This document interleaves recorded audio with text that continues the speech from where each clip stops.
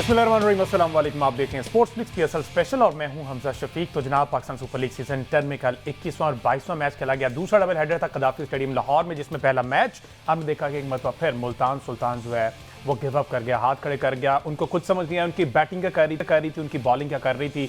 On the other hand जो opponent team थी उन्होंने बहुत अच्छी क्रिकेट खेली और मुल्तान अब ऑफिशियली ऑलमोस्ट वो इस लीग से बाहर हो गया। ये पहली टीम है जो इस टूर्नामेंट से बाहर हुई है। क्या वजूहत है, इस पर बात करें। दूसरा मैच था लाहौर कलंदर वर्सेस कोयटा ग्लेडिएटर, जिसमें लाहौर कलंदर ने 111 रन बनाए। 3 खिलाड़ी उनके आउट थे। अभी 12वें ओवर का खेल चल रहा था कि बारिश और आंधी की वजह से ये मैच रोकना पड़ा और उसके बाद एट दी एंड दोनों टीम्स को एक एक पॉइंट दे दिए गए और अब इस तरह से 9 पॉइंट्स हो गए। कोयटा और लाहौर दूसरे स्लॉट पर इस वक्त लाहौर मौजूद है, पहले में इस्लामाबाद, तीसरे में कोयटा और 8 मैचेस लाहौर के हो चुके हैं। तमाम तर सूरत पर बात करनी है। एंड आज के दिन इस्लामाबाद यूनाइटेड वर्सेस पेशावर जलमी। पेशावर के लिए एक मरतबा फिर ये बड़ा इंपॉर्टेंट मैच है। अगर ये जीता तो वो टॉप 4 के लिए क्वालिफाई कर देगा, उनकी राहें मजीद हमवार हो जाएंगी। इस पर बात करते हैं। फॉर्मर कैप्टन सलमान भट्ट हमारे साथ स्टूडियोज में मौजूद है, इसके साथ सहमत सैनी में ज्वाइन किया है।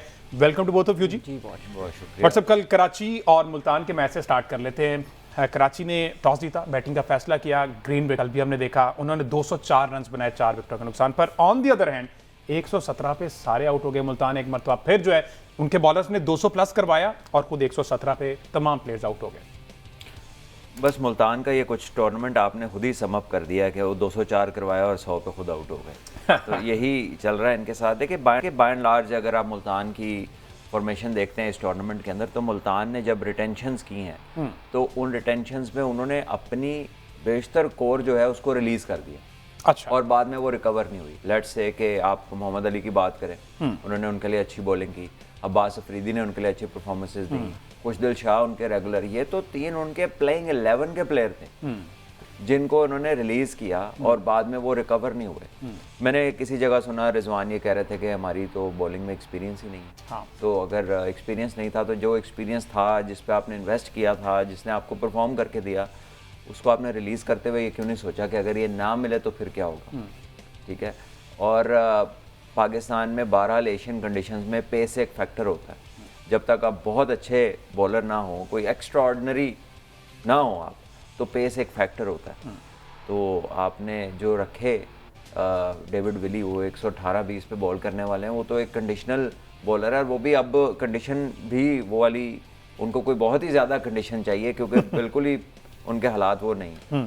तो आई थिंक इनकी पिक एंड चूज़ में ख़राबियाँ हैं। फिर इन्होंने पहले मैच से उसको यासिर खान को नहीं खिलाया, जो अच्छी क्रिकेट खेलते आ रहे थे, डोमेस्टिक में रन्स करते आ रहे थे।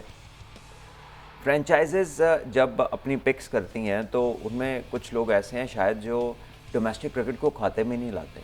आप देखें साहिबजादा फरहान को किसी ने पिक नहीं किया था। वो तो उसने हैरान और परेशान कर देने वाली बारियां ली, तो इस्लामाबाद यूनाइटेड की पिक रहती थी, उन्होंने उसको पिक कर लिया और उसने आके फिर जो किया सारों ने देखा।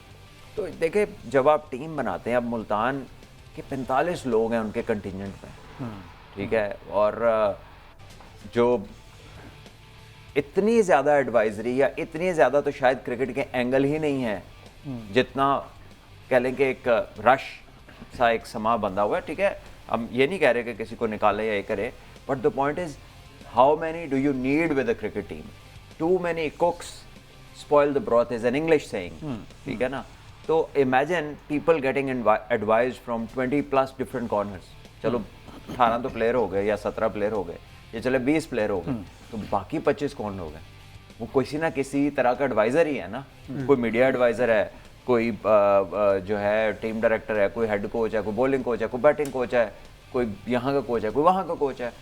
तो जब इतनी एक्सटेंसिव डिटेलिंग हो इस काम में, तो फिर प्लेयर क्या फील करेगा? उसका तो अपना दिमाग ही इस्तेमाल नहीं होना। फिर उसके अंदर एक डोमिनेटिंग कप्तान भी हो जो लीड कर रहा है सारी चीज़ों को, और अगर उसने ही लीड करना है, then what's the point of having so many people. You know, आप एक ड्रेसिंग रूम में आते हैं, it is good to have opinions, लेकिन आप पूरे शहर से मशवरा नहीं करते। हाँ, बिल्कुल ऐसे ही। ठीक है ना। तो मैं it's not that it's against someone, but मैं एज अ प्लेयर एक ड्रेसिंग रूम का अगर कह लें कि उसके एनवायरनमेंट की अक्कासी करूं, तो आप इमेजिन करें कि बम्बार्डमेंट हो रही है, लोग हैं। हाँ। एक ड्रेसिंग रूम के अंदर, यानी कि आपको तो एक टीम को 2 ड्रेसिंग रूम चाहिए, इतने लोग हैं। ठीक है, imagine coming with their bags and stuff and whatever they might be. तो आई थिंक कि दे आर ओवरलोडेड एंड जब आप ओवरलोडेड होते हैं दैट आप फिर आपके पास you are overloading of thoughts as well, और जब इतना ज़्यादा हो जाता है तो फिर आउटकम्स नहीं मिलती हैं। आपने जो प्लेयर थे वो तो रिलीज कर दिया आपने, जिन्होंने आपके लिए परफॉर्मेंसेज दी थी, और जो बाकी बचे वो फिर हर दफ़ा नहीं होती उनसे परफॉर्मेंसेज। अब वही खुशदिल जो हैं वो कराची के लिए बेहतर क्रिकेट खेल रहे हैं, ठीक है। इसी तरह अब्बास ने भी परफॉर्म करना शुरू कर दिया है, मोहम्मद अली ज़ल्मी में बाहर बैठे हैं, वो कहीं खेल नहीं रहे हैं।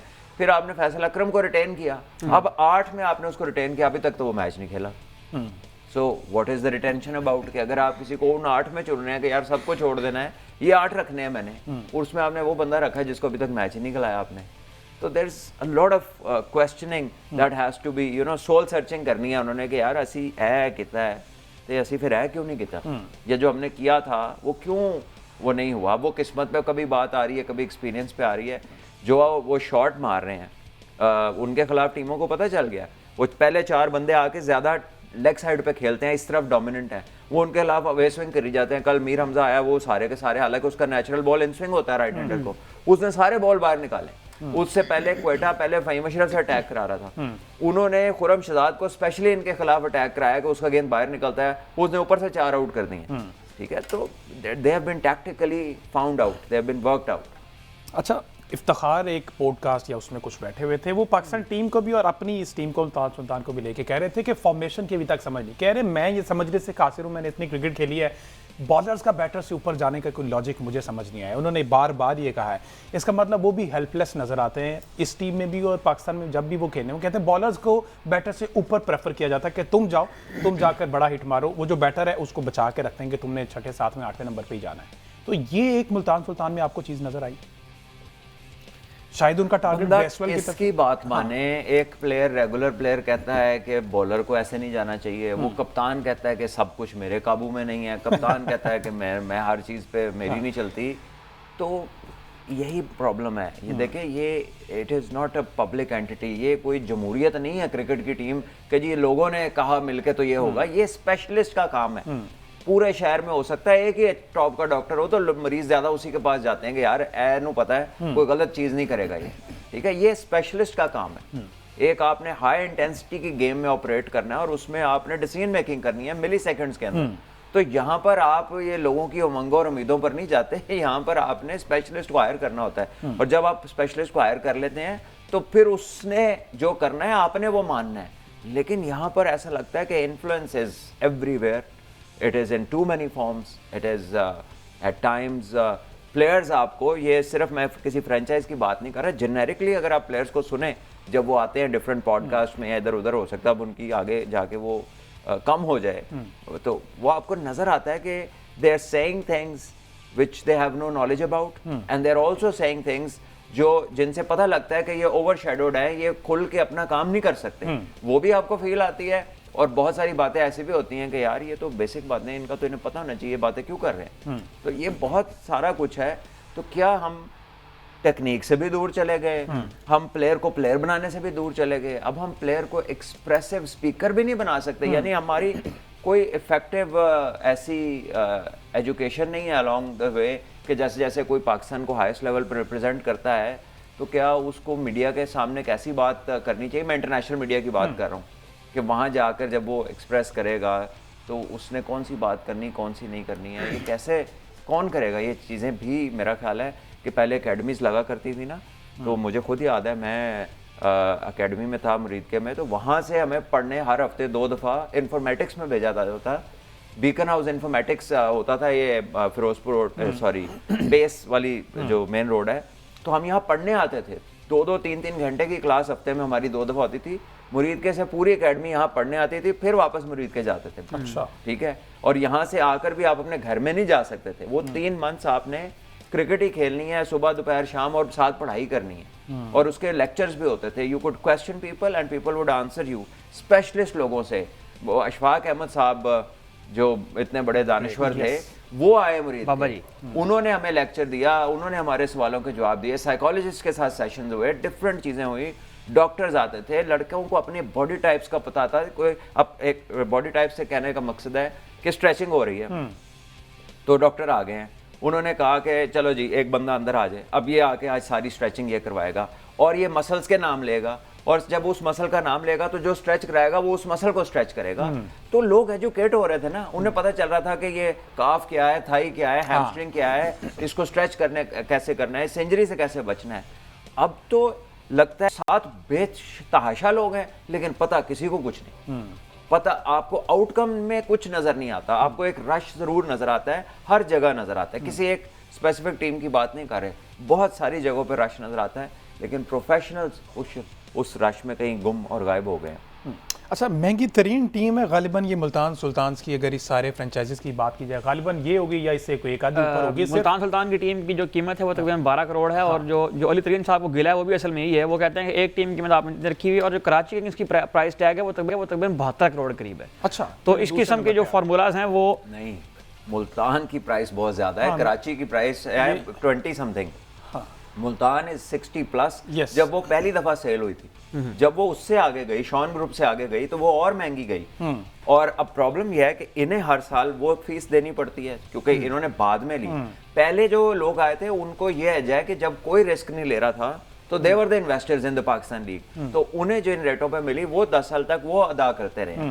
तो अब जब नया होगा तो अब तो नई वैल्यूएशन होगी। और जिसमें इसमें गालिबन मेरा ख्याल है फार्मूला ज़ाहिर है बादशाह को ज़्यादा बेहतर मालूम होगा। इसमें कुछ चीज़ जो है ना वो इस तरह की भी डिसाइड हुई थी कराची किंग्स के साथ कि उनके जो ब्रॉडकास्टिंग राइट्स हैं उनका चूंकि चैनल अपना है, तो उनके जो मुआहदे PSL के साथ होंगे उनमें भी कोई इनकी परसेंटेज इस किस्म की रखी गई है। इस किस्म का फार्मूला जिसके ऊपर एतराज़ात हैं। अहमद, मैंने अली तरीन साहब मुआहदा नहीं पढ़ा, लेकिन एक सिंपल सी बात है ना कि एक सोसाइटी लॉन्च हो रही, अब आप उसके अर्ली बायर्स आ गए, तो आपको जो रेट मिलेगा 5-7 साल बाद जब उस पे एक इमारत खड़ी हो जाएगी, लोगों को चीज नजर आना शुरू हो जाएगा, तो फिर तो वो रेट पे सेल नहीं मिलेगी जब आप शुरू का जो है। अच्छा, इतनी महंगी इन्होंने टीम ली, लेकिन जिसमें इन्होंने जो इनकी पिक थी क्रिस जॉर्डन, वो जो पंजाबी में कहते हैं सत्तू मुग्गे है, उन्होंने क्रिकेट उन्होंने अपने हिस्से की खेली हुई, इंग्लैंड के लिए भी और लीग्स भी खेली हैं, लेकिन प्रेफर किया गया क्रिस जॉर्डन को। ब्रेसवेल को उन्होंने देखा वो चैंपियंस ट्रॉफी में अच्छा खेले, सीरीज अच्छी खेली, तो उन्होंने कहा ब्रेसवेल आ जाएंगे, वो ब्रेसवेल एडजस्ट नहीं हो पाए। देखिए, ये बुरे क्रिकेटर्स नहीं है, बात बिल्कुल ठीक है। बात यह है कि जब एक टीम का कह लें कि उसकी नहीं चलती, जो चाह रही होती है वो नहीं होता, रिजल्ट्स नहीं मिलते ना, तो फिर हर चीज उसकी खराब होती है। Doesn't make Rizwan a bad cricketer, doesn't make their people bad professionals. लेकिन जो मैंने बात की है ना वो इनके अच्छाई बुराई का नहीं है, वो ये है कि इतनी रिक्वायरमेंट होती है, क्योंकि पाकिस्तान टीम ने जब वर्ल्ड कप जीता था 92 में, अब ये कहेंगे बात पुरानी है, मेरे 3 या 4 ऑफिशियल थे टीम के साथ। जब 2009 में वर्ल्ड कप जीता जो कि 92 के 18 साल बाद था, तो उसमें भी 4 या 5 लोग थे, ठीक है। फिर जब आपने फाइनल खेला अभी पीछे ऑस्ट्रेलिया में, तो जरा देख लें उसमें कितने लोग थे, या जो लोग किसी टीम में ज्यादा 8, 10, 11 होते हैं तो वो क्या क्या कर रहे होते हैं। So to have people overwhelmingly there and still get nothing out of it, it sends you know, आपको एक वो समझ आती है कि यार ये क्या हो रहा है, नहीं शायद जरूरत नहीं सी, ठीक है ना। तो अब आप रीजन फाइंडिंग कर रहे हैं, नॉट टू से कि बाहर वालों की वजह से हो गया है, लेकिन ओपिनियन तो आ जाता है ना, प्लेयर तो कंफ्यूज हो जाता है कि आप कुछ कह रहे हैं, वो भाई कुछ कह रहा है, ये कुछ कह रहे हैं, there is too much to give attention to. अच्छा, एक क्वेश्चन अगर मैं यहाँ, वो जो इफ्तिखार वाली बात आपने की है, इसमें देखें जो सवाल उनसे हुआ था वो ये हुआ था कि वो कौन सा ऐसा डेटा है जो आपकी टीम के साथ शेयर किया गया था जिसकी बिना पर उसामा मीर को PSL के फाइनल में इफ्तिखार से ऊपर खेलने के लिए भेज दिया गया था। तो इफ्तिखार ने ये कहा कि मुझे नहीं समझ में आई कि ये कौन सा डाटा है, ये कौन सी साइंस है जिसकी बुनियाद पर एक बॉलर जो है वो बैट्समैन से ऊपर आ जाता है। प्रॉब्लम ये है कि इनका जोर भी उनके ऊपर चलता है जो बेचारे मतलब जिनको कमज़ोर रखा गया है, जिनको जो है मतलब 4 लाइनें दी गई हैं, उन्हें कहा है कि आपने इसके ऊपर ही चलना है। मुझे बताएं, फिन एलन लिया है क्वेटा ग्लैडिएटर्स ने, फिर उनको वो कह सकते हैं कि जगह आपने तब्दील करें, या किसी और फॉरेनर प्लेयर को उन्हें कभी ये कहा है कि अपनी जगह तब्दील करें और आप वो वाला काम करें जो हम जिसके लिए हमने आपको बाय ही नहीं किया। तो मसला ये है कि ये जो हम जिस तरह बादशाह बात कर रहे हैं एजुकेट करने की, प्लेयर को चूंकि एजुकेट नहीं किया जाता, उनका जो मेंटल बिल्डअप है वो इस तरह का है ही नहीं कि वो खुद से कोई स्टांस ले सकें, इसलिए 4 लाइनें जो पीछे से लोग दे देते हैं उसके ऊपर वो अमल करते हैं जिनकी उनको खुद भी समझ नहीं होती कि इसके ऊपर क्या लिखा हुआ है। लेकिन चूंकि 4 लोग बैठे हुए जिनका काम ये है कि आपने डेटा देना है, इस्लामाबाद और मुल्तान ये 2 टीमें जिनके बारे में कहा जाता है कि ये डेटा ड्रिवन टीम्स हैं बहुत ज्यादा। तो मुल्तान की टीम अभी जिस शॉट की आपने बात की है इफ्तिखार के, उसके एंड पे उन्होंने ये कहा है कि मुझे नहीं समझ आ रही कि हम दुनिया से बहुत आगे चले गए या हम दुनिया से बहुत पीछे रह गए हैं। तो पता नहीं कौन सी ऐसी कैलकुलेशंस हैं, कौन से ऐसे डेटास हैं। प्रॉब्लम ये है कि इनका जोर जो है ना वो चलता भी कमजोरों के ऊपर ही है। किसी फॉरेनर प्लेयर के बारे में आपने नहीं सुना कि PSL में उसकी जगह तब्दील हुई है या उसका वो रोल उससे लेने की कोशिश की गई है जो उसका रोल है ही नहीं टीम के अंदर। ठीक है जी, डिस्कशन हमारी जारी है, एक ब्रेक लेते हैं, ब्रेक के बाद वापस आते हैं तो फिर जरा की बैटिंग पर बात करते हैं। ब्रेक के बाद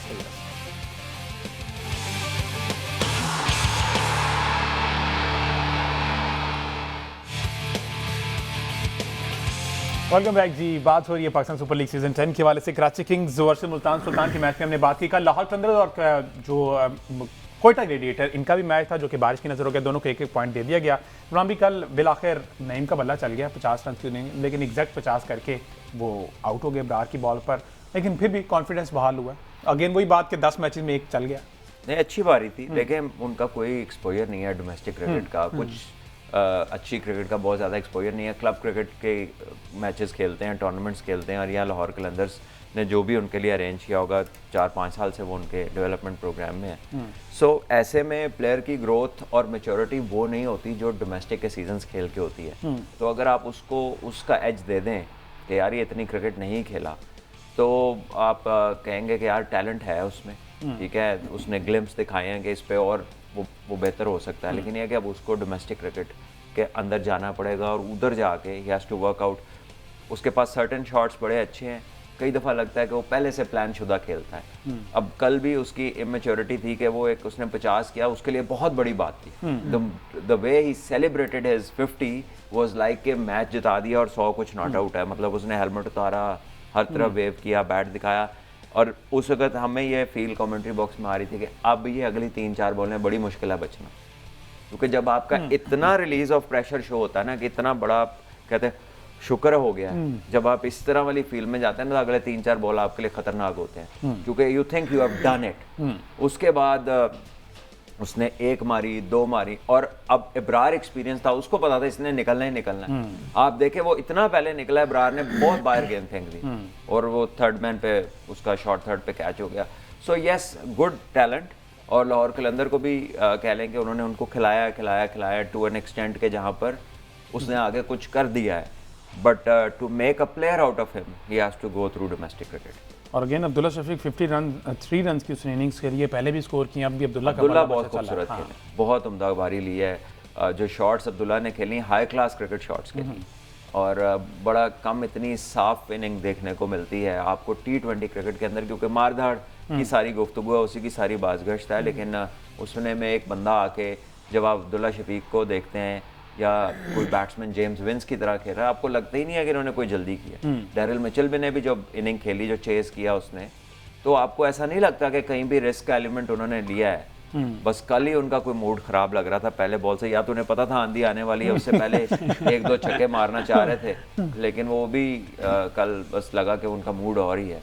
बट जो करेक्ट प्लेयर्स हैं वो अलग ही नजर आते हैं, तो पता चलता है प्रॉपर क्रिकेटिंग शॉट्स खेल रहे होते हैं। जी अहमद। अच्छा, अब्दुल्ला की इनिंग्स में मतलब एक चीज़ का मैं करना चाहता हूँ, वो ज़ाहिर ये है कि जब सऊद शकील ने पहला ओवर कराया अपना, तो मोहम्मद नईम उनके सामने थे। उसमें थोड़ी सी उनकी नोक झोंक भी हुई उस ओवर के दौरान, तो मोहम्मद नईम ने उनको मारने की कोशिश की, लेकिन वो उस तरह से उनको नहीं खेल पाए। लेकिन जब अब्दुल्ला शफीक सामने आए, तो वो चूँकि मतलब टेक्निकली करेक्ट भी हैं, वो एस्थेटिकली प्लीजिंग भी लगते हैं, तैयार भी हैं, तो उन्होंने उनके ऊपर चार्ज किया, और अपने जो दूसरे एंड पर खड़ा हुआ नौजवान बैट्समैन है उसको भी उससे यकीन कॉन्फिडेंस मिला होगा कि मेरे साथ वाले जो सीनियर प्लेयर है उसने आके यहाँ पे जो है वो उस प्लेयर के अगेंस्ट जिसने मुझे ज़रा छेड़खानी की है पिछले ओवर में, उसके खिलाफ आगे रन बनाए हैं।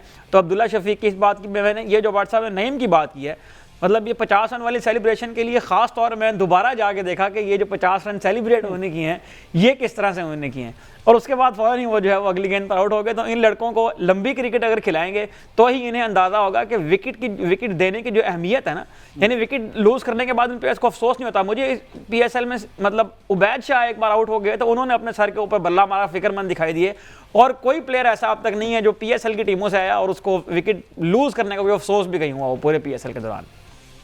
स्माइल कर रहे हैं। मैं बस स्माइल इसलिए करूँ कि बादशाह तो लास्ट मैन था, और वो शायद उसका बस में यही था कि वो अपने ही सर पे बल्ला मारे, वरना उससे पहले वालों ने जैसी बैटिंग की हुई थी वो उनको भी, यानी वो आते हैं विकेट देते हैं और कैजुअली ऐसे विकेट देकर चले जाते हैं, ऐसे फर्क को नहीं पड़ता। अच्छा, थोड़ा बहुत जो है ना वो फील करें कोयटा वाले कि हम प्ले ऑफ में आ गए हैं, 4 मैचेस 4 टॉप 4 में। आमिर को कल रेस्ट करवाया गया है, अब खुदा जाने निगल है या फिर उनको रेस्ट करवाया। ज़िशान की इंक्लूजन आप समझते हैं कि बेहतर थी, इनको खिलाना चाहिए साथ अगर इनकी जगह बनती? आमिर तो देखिए फीवर की वजह से मैच नहीं खेले, लेकिन आमिर के साथ ही क्वेटा का कॉम्बो है। हाँ, क्योंकि क्वेटा की टीम में थोड़ा सा तेज़ बॉलर या जो एक रेगुलेशन स्पीड है 140, वो सिर्फ और सिर्फ उसकी है वसीम जूनियर की। उसके अलावा उनके सारे बॉलर स्विंग बॉलर हैं, और अगर पिचेस कल जैसे बनने शुरू हो गए जिस पे थ्रू द लाइन आप हिट मार सकते हैं, तो Quetta will be found wanting. Quetta की जो पेस है वो है नहीं, और ज़रा सी लाइन लेंथ उनकी अर्र होती नहीं है तो दूसरी टीमें उसका फ़ायदा उठाती हैं। और कल भी यही देखा हमने कि पहले जो इन्होंने आउट किया ना वो ऑस्ट्रेलियन पिच था या वो ज़्यादा ग्रीन पिच था। कल थोड़ा पिच अच्छा था और क्वेटा ने भी थोड़ी सी शॉर्ट एंड वाइड बॉलिंग की या फुल बॉलिंग की। वो अपनी जो लेंथ्स थी 6 to 8 मीटर वाली गुड लेंथ्स उसको उन्होंने छोड़ा और उनको फिर 10 ओवरों में 100 रन तो कल भी हो गए हुए थे। तो यही है कि क्वेटा की स्पीड्स इतनी नहीं है बॉलर्स की, they have to be very precise. Change of pace भी उन्होंने कल नई रफ्तार में आगे पीछे नहीं की अपनी बॉलिंग, वो थोड़ा सा चेंज ऑफ पेस भी ज़रूरी है यहाँ पर पाकिस्तान में अगर आप खेल रहे हैं। और इस PSL जो HPL PSL हो रही है इसके अंदर आप देखें ज़्यादातर विकेटें जो गिरी हैं वो स्लोअर वंस के ऊपर गिरी हैं, जब अच्छी लेंथ्स या स्लोअर वंस की हैं बॉलर्स ने। अच्छा, लाहौर कलंदर की टीम में लिंकिंग सलमान भी ऐसा बीइंग फैन उस तरह से नजर नहीं आती जो बाकी टीम्स में नजर आ रही है। एक इससे ये लिंक है, इससे ये लिंक है, इससे ये लिंक है। ये एक बड़ी स्कैटर्ड सी टीम नजर आती है कि 2 चल गए तो स्कोर 200 भी हो जाएगा, वो 2 ना चले तो स्कोर 100 से नीचे भी रह जाएगा। तो ये जो कॉम्बिनेशन इनका, ऑल्दो इसी को लेके कंटिन्यू करेंगे आखिरी मैच तक जहां तक भी ये जाते हैं, तो ये थोड़ी सी स्कैटर्ड सी लग रही है। ऐसा फील होता है लाहौर की टीम को देख के? देखिए लाहौर ने इस बार जो अच्छा किया ना, डैरिल मिचेल बड़ी अच्छी पिक थी उनकी, उससे मिडिल ऑर्डर स्ट्रांग हुआ। आप देखें नंबर 4 पे तकरीबन हर टीम स्ट्रगल कर रही है। कराची ने तो कोई 6 मैचों में 5 दफ़ा नंबर 4 पे प्लेयर बदल लिया, ठीक है। इसी तरह बाकी टीम्स को अभी आप देखते हैं तो नंबर 4 पे उन्हें इतना अच्छा कोई प्लेयर नहीं है जितना डैरिल मिचेल है। तो नीचे से सिकंदर रज़ाक कंसिस्टेंटली अच्छा खेल रहे हैं, ऊपर से फ़खर ने कुछ मैचेस में रन किए, अब्दुल्ला शफीक पहले मैच से अच्छे नज़र आ रहे हैं। तो मुझे लगता है कि इनकी बैटिंग में खासी लोगों की नई परफॉर्मेंस इस साल रही है। वो 1-2 मैच ज़रूर हुए हैं जिसमें ये सारे जैसे मुल्तान में जो मैच आ रहे थे वो हुए हैं, लेकिन उसके अलावा ये है कि इन्हें रन ज़रूर मिल रहे हैं। और इनकी स्ट्रेंथ यही है कि जब इनको एक अच्छा टोटल मिल जाता है तो फिर इनकी बॉलिंग मुश्किल करती है ऑपोजिशन के लिए। अभी देखना है कि आगे कैसे पिचेस होंगे। मेरा ख्याल है आगे इनके लेग स्पिनर का रोल काफ़ी होगा जो अभी बाहर है, रिशाद। और अच्छा, वहाँ पर इनकी बैटिंग को फिर थोड़ा सा संभल के खेलना। जमान से अचानक मुंह फेर लिया और ऐसा फेरा कि उसकी तरफ देख ही नहीं रहे। कंडीशन के अकॉर्डिंग क्या उस जमान को ये कंडीशन सूट नहीं कर रही जो अब विकेट्स बन रही? देखिए जमान एक ऐसा बॉलर है जो राउंड आमिश है, उसका कुछ सीम तो होता नहीं है पिच पे, उसका सीम लगता नहीं है। तो वो कह लें कि वो ज़्यादा बेहतर है कि वो जो बैटिंग विकेट्स या सफ़ेद पिचेस है ना उस पर वो इफेक्टिव होता है। ग्रीन पिचेस के ऊपर Zaman is not very effective क्योंकि वो मूवमेंट वाला तो बॉलर है नहीं। So that's right, yes, exactly. अच्छा जी, लास्ट पे इस्लामाबाद और पेशावर का मैच है। इस्लामाबाद तो कंफर्टेबल है, ऊपर टॉप कर रहे हैं। पेशावर के लिए अब ये डू और डाई मैच है अगर उन्होंने ऊपर जाना है। खासी मुश्किल अगर पॉइंट्स टेबल की अहमद बात की जाए, पेशावर इस वक्त सारे 4 डू और डाई हैं अब तो मेरे ख्याल में पेशावर के लिए सारे, बल्कि दे विल आल्सो वांट कि किसी और के मैच में भी कुछ ऐसा हो जाए। अच्छा, आज का मैच पेशावर के लिए ऑल्दो ज़रूरी है, इसमें कुछ चेंजिंग आपको नज़र आ रही करनी चाहिए? देखिए मेरा ख्याल है इनके पास अहमद दानियाल है, इन्होंने उसको क्रिकेट बिल्कुल मैच नहीं खिलाया पेशावर की टीम ने। 140 पे वो बॉल करता है, नाहिद राना आ गए हैं, बैटिंग भी करता है। नाहिद राना तो अब आए हैं, पहले वो नहीं थे।